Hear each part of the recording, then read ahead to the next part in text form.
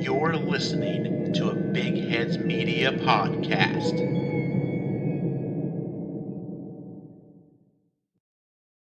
Tonight, we talk about two towns that live side by side, and both have a secret to tell. We're talking about Hayward, California, and San Leandro, California. All that and more on Small Town Secrets.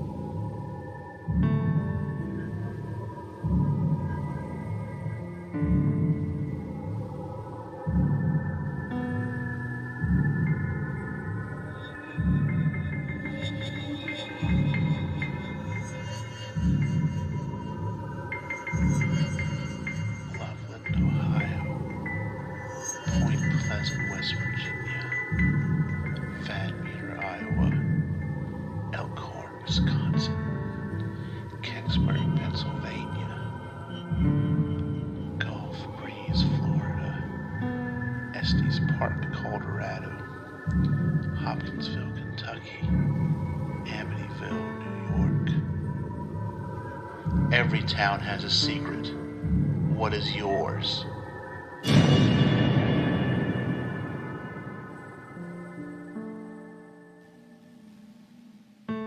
Hello everyone, and welcome back to episode 8 of season 1 of Small Town Secrets.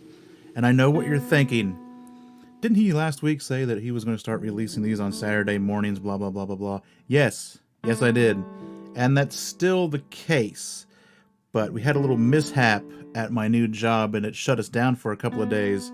So I decided to go ahead and take this extra time I've got and get the episode done and get it out on the normal release schedule. So episode 9 will be the first episode to release on a Saturday morning. But here we are, and we're ready to go with a couple of new stories, a couple of new towns to talk about, and I'm kind of excited about this episode. I've been holding it on the back burner for a long time. It's gotten switched around a couple of times. It was originally going to be like episode 6, and I changed it, and da-da-da-da-da.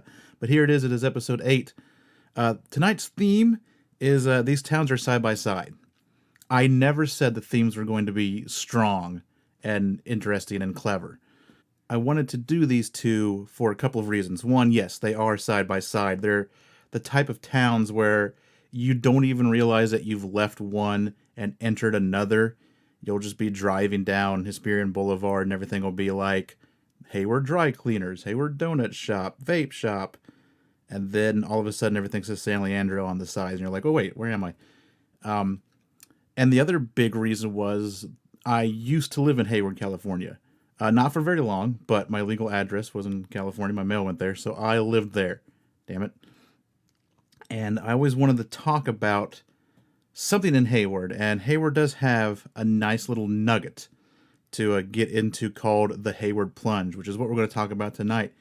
And the other town, San Leandro, actually has a true crime story that I have known about for a long time.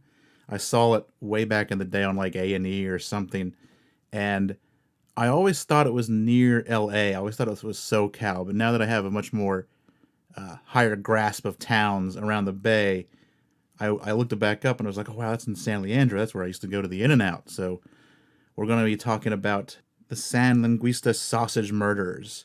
And then we have, like always, our local headlines and a couple of listener stories. No big fancy smancy interviews this week.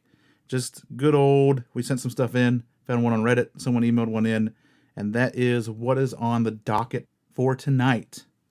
But before we get to all that, of course, we have a couple promos to play for some other podcasts for you to check out. Once again, we're going to do 2. One from my personal bank of promos and the other one from Big Heads Media.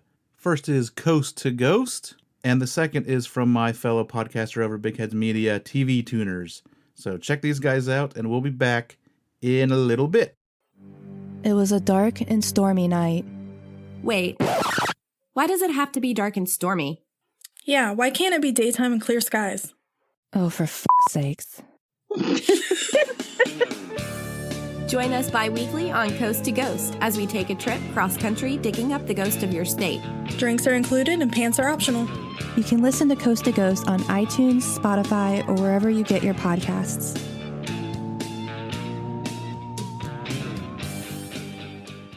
Are you ready to get spooked? Oh, hey, I didn't see you there. I'm Swanson, host of the TV Tuners podcast. Every week on TV Tuners, me and my co-hosts, Kiorain Swanson, I need water. and Stairmaster, review the latest in TV, discuss news, trailers, and even find time to play some fun games. Right now, we're working overtime to cram as much TV knowledge into our brains as possible. Isn't that right, guys? Swanson, we've been here for 24 hours. We need to get out of here. Not until you answer who Norm is. He's Fraser's brother. Wrong. You get the shock. Check out TV Tuners, available on Apple Podcasts, Google Play, Stitcher, or any of the podcatchers of your choice. So a couple of good shows to check out, a couple of good shows to add to your list. But let's get into tonight's content. I'm going to start out with the good old town of Hayward, California, and the public indoor pool known as the Hayward Plunge. Hayward is in the heart of the East Bay. It's home to many things, such as the famous Buffalo Bills Brewpub, a large fiberglass Paul Bunyon-like statue called Big Mike, and it's where Tom Hanks graduated college. Also, The Rock was born there. Dwayne Johnson was born in Hayward. But Big Mike isn't the only landmark in Hayward. On Mission Boulevard stands a long cement building that resembles an aircraft carrier, or maybe, if you're prone to it, a subway hub. This is the Hayward Plunge, a large indoor, possibly haunted, public pool. The plunge was constructed in the 1930s as part of President Franklin Roosevelt's New Deal. Part of the New Deal was to plan and construct public works projects all across the country in order to provide jobs and inject lifeblood back into the economy. The Hayward Plunge was one of those projects. It opened its doors on August 26, 1936, and still operates today. The Plunge is actually part of Memorial Park. One of the main attractions of the park is the 3-mile-long hiking trail called the Hayward Plunge Trail. Part of the trail follows Ward Creek. For years, ghost stories have floated around the plunge and the creek, due mostly in part to a creepy urban legend that arose sometime in the 60s. The legend goes that in the 60s, a swim team was led down the trail to Ward Creek by their coach. He told them to wait by the creek for him to return, and he disappeared. The coach came back after dark and allegedly murdered the entire team and put their bodies in the creek before escaping into the darkness. Since then, people have claimed to hear ghostly cries and footsteps inside Hayward Plunge. Outside on the trail, more disembodied voices can be heard, as well as cold spots and small rock slides down the hill, as if someone was walking on it, but no one is there. Today, local residents still experience activity on the trail. Shauna Cabana made a YouTube video about the Hayward Plunge. In it, she talks about walking on the trail and hearing voices and seeing small rock slides. Cynthia, a college student who is also in the video, talks about her experience. She took her friend on a hike one day on the trail. She didn't tell her friend where they were going until they got there, so her friend couldn't weasel out. They started the hike and everything seemed normal. They did hear some voices, but chalked it up to kids playing in the nearby area. 2 minutes into the hike, things started to change. The area around them seemed to give off weird vibes and made them feel uneasy. Cynthia started to feel drained and decided to turn back. The eerie feeling was just too much. YouTuber To the North and friends filmed a video of them hiking the trail at night. In their vid, they catch a disembodied voice saying "hey," as well as something that appears to be the sound of a whistle. They also report a similar eerie feeling, as well as coldness and the rocks falling. The group also claimed to have heard footsteps following them and watching them, and eyes peering out behind the trees on the trail. Of course, the story of the swim team is an urban legend, and it's just that. If this had actually happened, there would be hard facts out there. There would be names. There would be newspaper articles. There would probably be some, news coverage. It would have been an infamous crime. I mean, they would have written books about it. They would have made documentaries about it. They would have recorded podcasts about it. So I don't think the whole swim team murder ever took place. It's just too vague. It's not like it happened back in the Dark Ages. It happened in the 60s. We had stuff in the 60s. We knew what happened in the 60s. So I wouldn't put a lot of credence into it. But just because that urban legend is pretty much just that, an urban legend, doesn't mean that there isn't activity at the place. It's just like what we said before, like a few episodes back with some of the haunted houses we talked about in, Borley, Essex, and the Smurl haunting.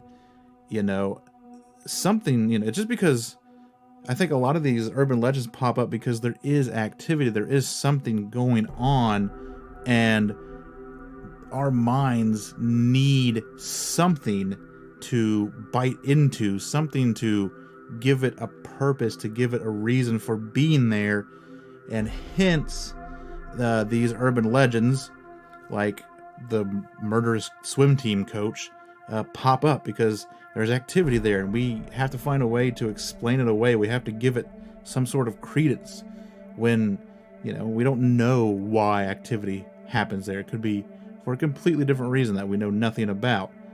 And I think, that's where a lot of this stuff comes from. So, is the area haunted by the voices and strange rock slides, or is it just kids playing in the park?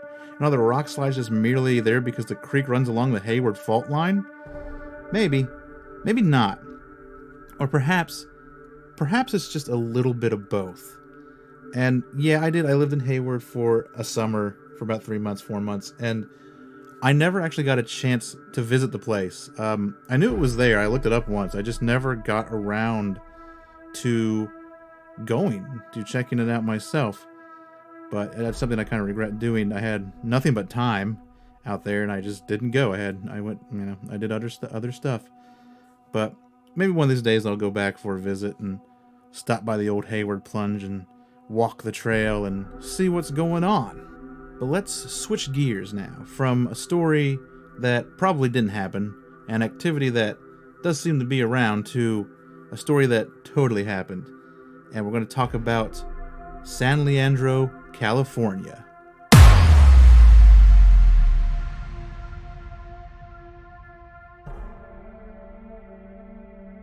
San Leandro is nestled in the East Bay, in between Oakland to the northwest and Hayward to the southeast. And like I said, I've been there a lot. That's where my In-N-Out was. There wasn't an In-N-Out in Hayward, so the nearest one was up the street to San Leandro. And so that's about the only time I spent in San Leandro, was going to go get a burger. On June 21st in 2000, the town would be rocked by a bizarre triple homicide. It would become known as the Santos Linguisa Sausage Murders. Stuart Alexander was born on March 22nd, 1961, to Herman Tweedy Alexander and Shirley May Perot. He was born in San Leandro and was a lifelong resident. His family was from Portugal. Tweedy, his father, was an astute and sharp businessman who started the Santos Linguisa Sausage Factory. The business was a thriving enterprise for years. It was said by many to produce the finest linguiça sausage in the Bay Area, if not in the entire country. However, as time passed, it became apparent to Tweedy that one day he would have to pass his legacy on to one of his sons. Originally, he planned on handing the company over to his eldest son, Stefan. Sadly, Stefan would die in a motorcycle accident in 1977, at the age of 18. After the passing of Stefan, Tweedy had no choice but to put his trust in his younger son, Stuart. Herman had little faith in his younger son, and was often abusive towards him. He was very hard on Stuart, but he also prepared him the best he could to follow in his footsteps. This abuse, coupled with his parents divorcing in 1971, when Stuart was only 10, gave him a short fuse later in life. And what a short fuse it would be. In 1996, he was charged with beating his 76-year-old neighbor after an argument. He was known for being very anti-authority and didn't like being told what to do. In the late 90s, Stuart would take over running the factory from his father, and for a while it continued to thrive under his leadership. He started to garner respect around San Leandro, just like his father did before him. Yes, at the beginning things were going well, but in Stewart's eyes, he had one mighty thorn in his side: the health inspectors. As I said earlier, he didn't like being told what to do and was often at odds with the inspectors. He would do things like keeping emails and letters from the health department so he could openly mock them in front of his mother and his secretary. Alexander would often call them trespassers. Eve Elder, a former girlfriend of Stewart, once helped him write a few short stories about the inspectors. One of these stories described the health inspectors drowning in vats of secret sauce. He even put a sign up in front of the factory which read, "To all of our great customers, the USDA is coming into our plant, harassing my employees and me, making it impossible to make our great product. Gee, if all meat plants could be in business for 79 years without one complaint, the meat inspectors would not have jobs. Therefore, we are taking legal action against them." In 1998, he ran for mayor of San Leandro and lost. This political move was most likely to get some sort of leverage over those health inspectors. Among the usual health violations, there were two that kept getting the factory in trouble. Both at the time were new laws, I believe these were new laws at the time, in place by the state of California. One was that the sausage needed to be smoked at 140 degrees. The family recipe called for it to be smoked at 144 degrees. Stewart claimed that doing this at 140 would shrink the final product and he would have to sell it at a cheaper price. However, it would be the smoke room itself that caused the most trouble. The smoke room was made of brick, and under new laws, the room had to be converted to stainless steel. Alexander didn't want to make this conversion. One, it would cost him a bunch of money to do so, and two, it would change the flavor of the famous sausage. These ongoing violations would cause the factory to be shut down not once, but twice. And each time, Stewart would reopen the factory without addressing the health issues. Doing this just caused the business to lose more and more money. And soon, he was no longer operating in the black, and the business was failing, and failing fast. But then, on June 21st, 2000, the inspectors showed up again. They were met at the door by Stewart. The health inspectors called the San Leandro police to request backup. Stewart had also called the police to request help dealing with the inspectors. Both calls were logged as routine calls, and no police showed up to the scene at that time. Once the inspectors were finally able to enter the lobby, Stewart Alexander calmly went to his office and retrieved a gun from his desk. He re-entered the lobby and opened fire on the four inspectors.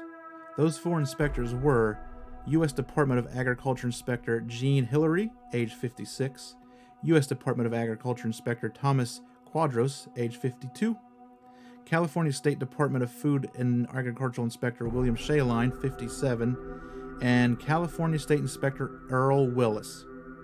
Hillary, Quadros, and Shaline would succumb to the gunfire, but Earl Willis was able to escape and get to a nearby bank. Stewart Alexander stormed out of the building and chased Willis down the street, but after realizing he was not going to be able to kill Willis, he returned to the factory lobby and executed the other three, making sure that they were dead. All of this was caught on tape. There was a security camera in the lobby, and he was filmed on a camcorder outside as he tried to gun down Earl Willis.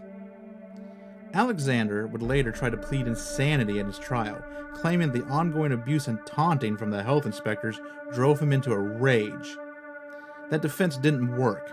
On October 19th, 2004, he would be sentenced to death at San Quentin. During the trial, Stewart would gain some 80 pounds. This in part led to his demise. He got some pretty bad health problems from his weight gain and just, the way he'd been living his life. He would die in San Quentin of a pulmonary embolism on December 27th, so just 2 days after Christmas, 2005. A memorial event was held in June 2010 to commemorate the four workers, including Earl Willis, who had succumbed to cancer in 2008. If you go look at it now, there is no Linguisa Sausage Factory. It is now a nightclub. You can look it up on Google Maps. It's called the Washington Club now, but it's long gone. I mean, the building's still there, obviously, nightclub, but no more sausage factory. Everything after this, everything was gone. The legacy ended with Stuart Alexander and his rage. And that is San Leandro's small town secret.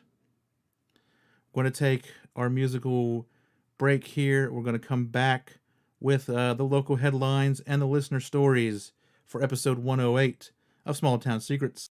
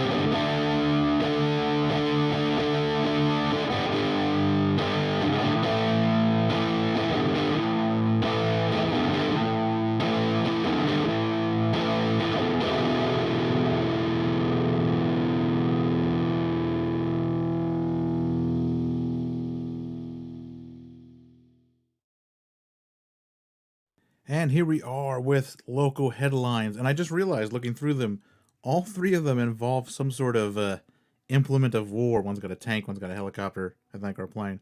And the other one has an old an old German bomb in it. So just a weird synchronicity that I didn't even mean to happen. But the first one is from slavorum.org. This article is written by Boris V. Drunk Polish man invades a small Polish town with a Soviet tank. Yep. A nationwide sensation ended with the overnight adventure of the T-55 tank through Pajinko. The intoxicated tanker was stopped and the machine was towed to a guarded parking lot. On Thursday, the duty officer of the Powiat Police Headquarters in Pajinko received a very unusual report from which it appeared that one of the main streets of the city was a rampaging Soviet tank. Immediately, a patrol was sent direct to the area of a street that I cannot pronounce and I'm not going to try to pronounce. You can look at the article and see it for yourself.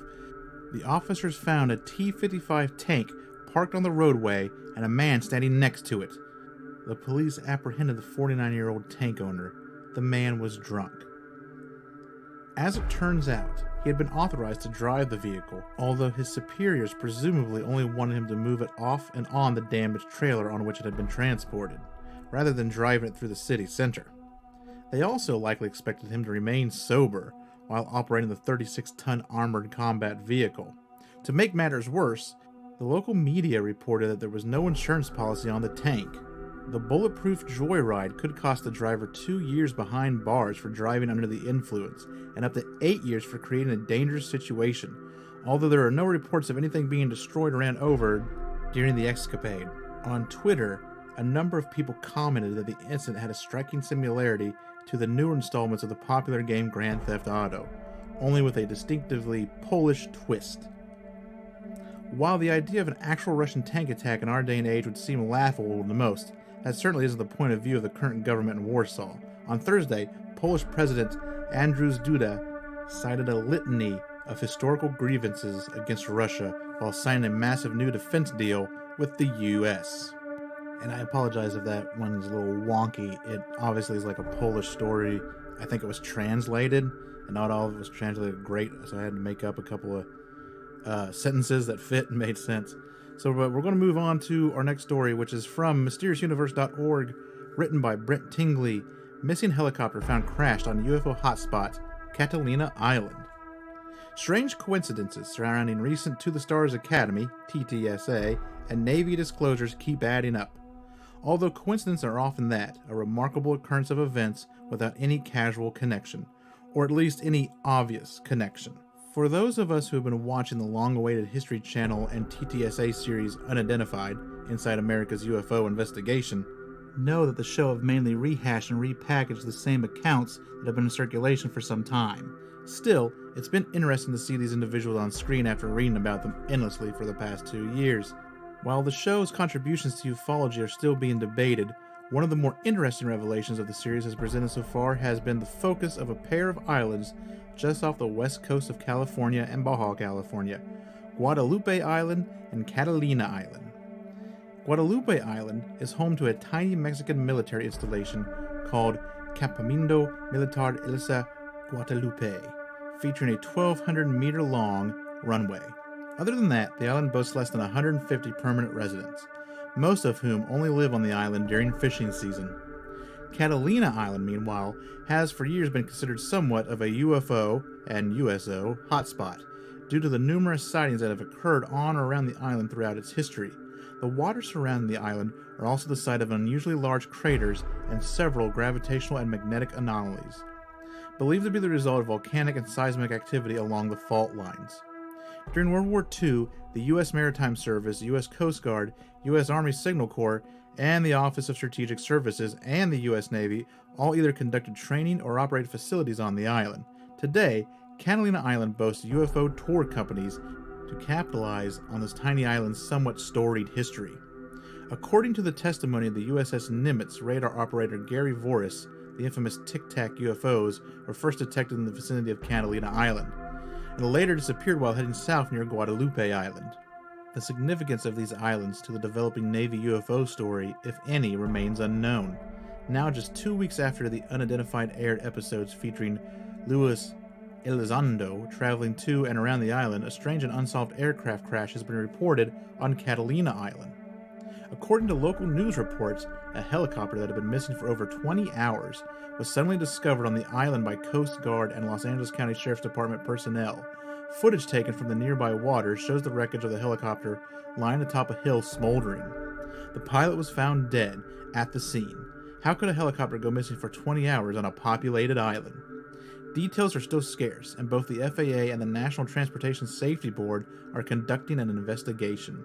The pilot was known to take recreational flights around the island, so it's likely that this was just an unfortunate accident. Still, it's strange to see Catalina Island pop up in the news for an unexplained aircraft crash, so shortly after the island was featured by the To the Stars Academy as a UFO hotspot. Was this crash due to a mechanical failure or pilot error? And is the timing pure coincidence? Most likely, if not almost certainly, or perhaps far at the other end of the plausibility spectrum. Could the unidentified aerial phenomenon reported on the island for decades have anything to do with the crash? What about those magnetic anomalies?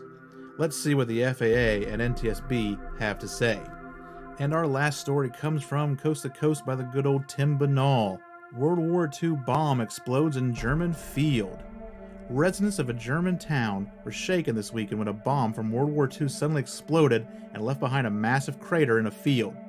The bizarre event reportedly occurred at around 4 a.m. on Saturday in the community of Albach, much to the consternation of those who were asleep at the hour. A massive blast shattered their slumber and a rumble resembling an earthquake swept across the area. When authorities investigated the matter the following morning, they were amazed to find a crater measuring 30 feet in diameter and 13 feet deep had appeared in a farmer's field. Police were initially dumbfounded by the discovery, conceding that they were uncertain as to how it could have been formed. However, a subsequent examination by ordnance experts determined that the crater had almost certainly been the result of a World War II bomb that had been a dud decades ago. Why the device blew up over the weekend is uncertain, but experts say that this is likely equipped with a detonator that decomposed over time and finally triggered on Saturday morning. Explosions of the undetonated bombs were surprisingly not uncommon in Germany, as one official noted that such events statistically occur around once a year. That said, they assured the residents that the odds of someone falling victim to one of the blasts was less likely than being struck by a lightning bolt. And there you go, 3 more headlines for this week's episode. We're going to be back very quickly, very shortly, with some listener stories.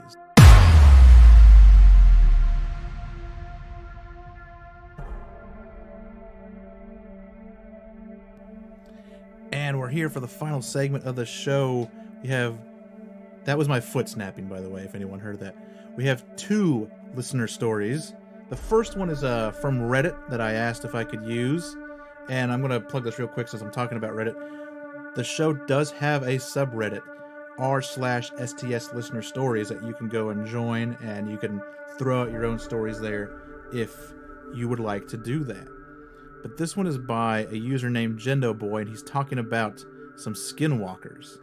Growing up, I lived in northwestern Arizona, literally about 5 miles south of the Navajo Reservation in Winslow. Naturally, being that close to the reservation, or the res, skinwalkers were a huge topic of conversation amongst the locals, and we all took it very seriously. Stories of personal experiences abounded. I was no different. Well, to start off my set of stories, I was about 9 or so. My family had gone camping in a little spot about 50 miles south of a town called Hart Canyon, near Wiggins Crossing, if anyone is interested. We had been there all day, and I was extremely familiar with the area, and we had camped there about 20 times before. So my parents let me wander about alone in the woods. This was back in the early 90s. Anyway, I had some G.I. Joes that I had been playing with at a nearby creek, about 80 yards from our campsite. There were no other campers there with us. My mom had called me back to the camp for dinner, so I left and ate. Played around camp for a while and realized that I had forgot my toys back at the creek, so I took a flashlight and headed back that way. I knew right where they had left them, so in no time I had found them and grabbed them up. As I was squatted down to grab them on the edge of the water, a sudden urgency that I had never felt before ran down my spine. I remember feeling frozen because of the fear, like the little boy on E.T. when the alien comes out of the field for the first time and he's trying to scream for his family. I looked up and pointed my flashlight to the other side of the creek, and about 10 yards down the way I saw something. At first I thought it was a deer, but it was standing up, so I thought it may be a bear, but it was too skinny and not enough poofy hair. It slunk behind a tree and peered out slightly at me. I seriously was too scared to move. I had just read a bit about Bigfoot for the first time, since it wasn't really popular in my area. I thought for a long time that that's what I saw. I finally had seen enough to gather my wits and scram as fast as I could back to camp. I told my parents, and they kind of dismissed it as my imagination, so I stayed close the rest of the trip. About 2 years later, I was at my house. I had 2 dogs. They were outside dogs, lived their whole lives in my backyard. One night they went psycho, barking at first at something in the alley behind my house, and then both started whimpering. I had my window open slightly, and one of my dogs straight up jumped up the window, frantically chewed through the screen of the window, forced its way into the house, and would not leave the house for 3 days. Another time, when I was about 13, we used to play night games in town. Mostly, there being nothing much else to do, we would walk around the neighborhood and act suspicious so the cops would come around and chase us, and we would run down alleyways and hop at random folks' backyards to hide. Now, it's extremely common to see an intoxicated Navajo or Hopi in the alley, or on the street, so it was no big deal to see one in the alley behind my house that night, as we being the 2 of my friends and myself, ran from a police car hot on our tail. We saw him plain as day standing in our way. We ran around him and jumped into the nearest yard to hide. We waited for the cop to pass us and hopped back out. Literally about 3 minutes went by. We ran back the way we came, and as we got to the point where the Native American had been, he was gone. Legit in his place was a coyote, sitting there watching us.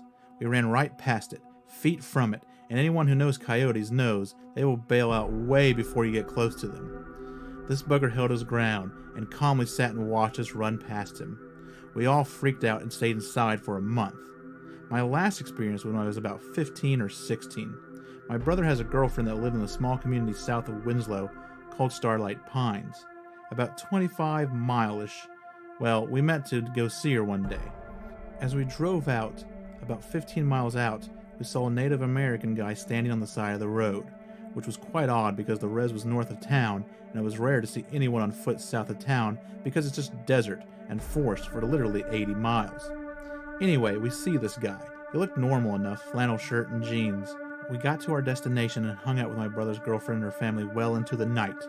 When we decided to head back home, hopped in his truck, a Chevy S10, and drove back the way we came. In the same spot, we saw the Native American. He was still there. I remember thinking, that dude is crazy standing out there all day and into the night. What's he doing? Right as we passed him, we hear a loud bang on the back of the truck. At first I thought we hit an animal, but I hadn't felt anything we'd run over. I turned around and looked at the back window. My brother started to slow down, thinking there may also be something wrong with his truck. In the brake lights, I see the guy chasing after us. We were easily going 55 to 60 at this point, and we were about to stop. This guy is in the road, feet behind us. I scream at my brother to not stop. Gun it, man, gun it. He does, and it being a Chevy S10, it had a speed governor on it at 80. For 2 miles, this guy kept up with us. We were seriously freaking out. I asked my brother, what if we don't make it back to town? Or what about when we have to slow down once we get close? After those 2 miles that stretched forever, I looked back and he was gone. We got home, booked it into our house, and told our parents. Next morning, I got up to head somewhere and looked at my brother's truck, thinking about the night before. I wondered what the loud bang was just before we started getting chased. Inspecting the truck, I found a handprint smeared in the dust, about 2/3 over to the right and smeared to the right taillight. I never went there again. And the other story was sent in to me via the website, sdscast.com. And this is a couple of stories from Vacherie, Louisiana. And this is Dylan. I love the podcast. I've been listening to it on my drives to work. I grew up in a small town called Vacherie in Louisiana. Hell, our only real store is the Piggly Wiggly Grocers. Settled during the pre-Civil War, it's known for the Oak Alley Plantation, which I have worked at and experienced on and off haunting experience. I'm a skeptic though. I want something to make me fully believe in the paranormal or anything cryptid. I have experienced haunting activity checking guests in the cottages at Oak Alley Plantation. I've been pranked by an entity trying to get me fired. I also want to let you know about the Raguro. It's similar to the myth of werewolves, but it's French origin. Cajun French used to believe that the spirit of the Raguro would swap from person to person for periods of time, and I've seen something I don't know if it was that sort of Sasquatch or some form of large undocumented creature, but I've seen it twice. To make it even crazier, there is actually a newspaper article from the 1980s that documents a man coming across a large, hairy man with a rope around its neck in the swamps of Vacherie. They call it the Giant. And that's not the first time someone has told me about the Raguro. But I want to do an episode on it, but I'm kind of having trouble with nailing it down to a city. It just seems to be all over the place. But we might be able to pull that one off. So I asked him to email me back and tell him more about his experiences at the plantation. And this is what he gave me back. So in 2012, I got a job working at Oak Alley Plantation as a gift shop employee, as a bed and breakfast check-in bag boy, where I would show them where their cottage was and provide them with a map of close restaurants and cities and how far away New Orleans or Baton Rouge is from the plantation. Now from the start, I knew about the stories of Oak Alley. I'm a skeptic. My grandmother saw the woman in white, an apparition of one of the plantation owner's wife, while she was getting into a bus many years ago. The bus passed in front of oak trees and she was there. The next second she was gone, or so my grandmother said. While I was working at the gift shop, I had plenty of free time and got to just experience pure teenage boredom, aka finding things to keep my attention while making minimum wage. So I would go out back behind the restaurant and take out full garbage bags to pass the time.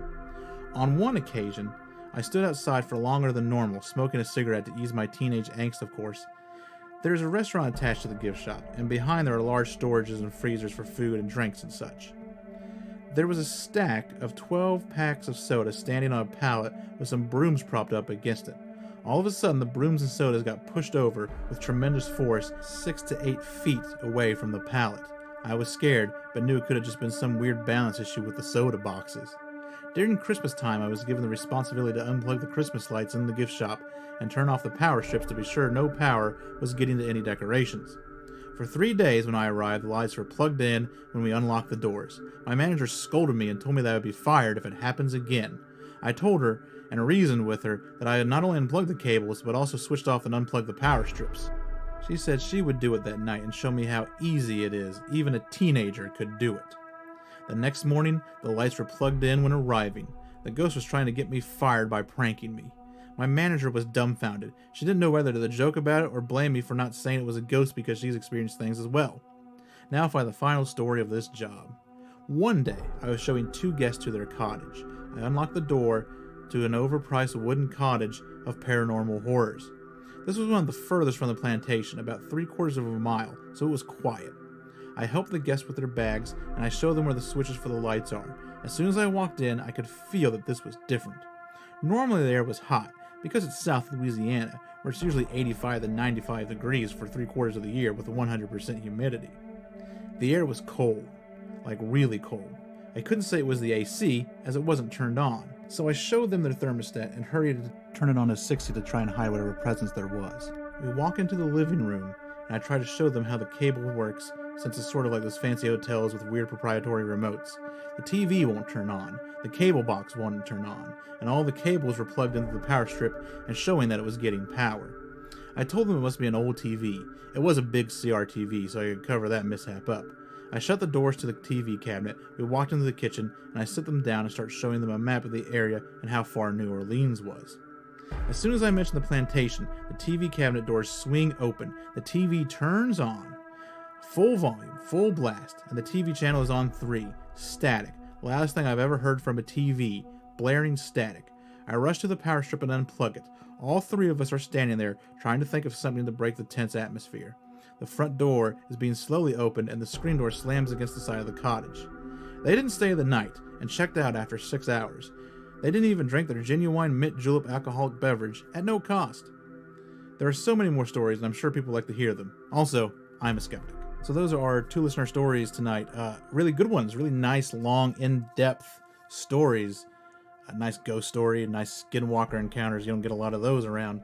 But if you out there have a listener story that you would like to share about your small town or a small town that you've lived in, it could be a local haunting, a legend, whatever, you can share that. There are many ways to do it. Like I said, there's the Reddit group now, r/STS listener stories. You can go to stscast.com. Scroll down the bottom of the first page. There's an email form where you can send them in. If you want to call in via Skype and do an interview, get a hold of me on social media and we can figure that out as well. But that is tonight's show. Episode 108 is in the bag. I would like to thank everyone out there for listening and supporting the show. It has been a tremendous response and it just keeps going and I'm really happy with it. And I think we can keep on rolling onward into season 2. I'm going to give you guys a little sneak peek. I don't usually do this because it's a big pet peeve of mine. I don't usually announce what the next episode is going to be because I hate it when other podcasts do it and then something happens and they can't do that and you might get excited for it. So I try not to do that. But I've pretty much locked myself into the 2-part season finale that is going to be episodes 9 and 10. And I think that's what it's going to be. The last 2 episodes of each season are kind of going to be a big story about one big, small town. So this season finale, we are going to be talking about Freetown, Massachusetts, and the surrounding area. So that's going to be episodes 9 and episode 10. And then after that, the season will end. I might take an extra week off, and then we'll come back and we'll be into season 2. Once again, I just want to plug everything I need to plug here. You can follow the show on Facebook and Twitter at STScast on both of those platforms. You can follow the show on Instagram at stscast.gram. Visit the website stscast.com for all the episodes, all the show notes, pictures, like I said, ways to share your story, all the other links to social media and Reddit and places to get the podcast are on there as well. If you get a chance, please rate and review this show on your podcatcher of choice, especially if it is iTunes. That's the big one, please.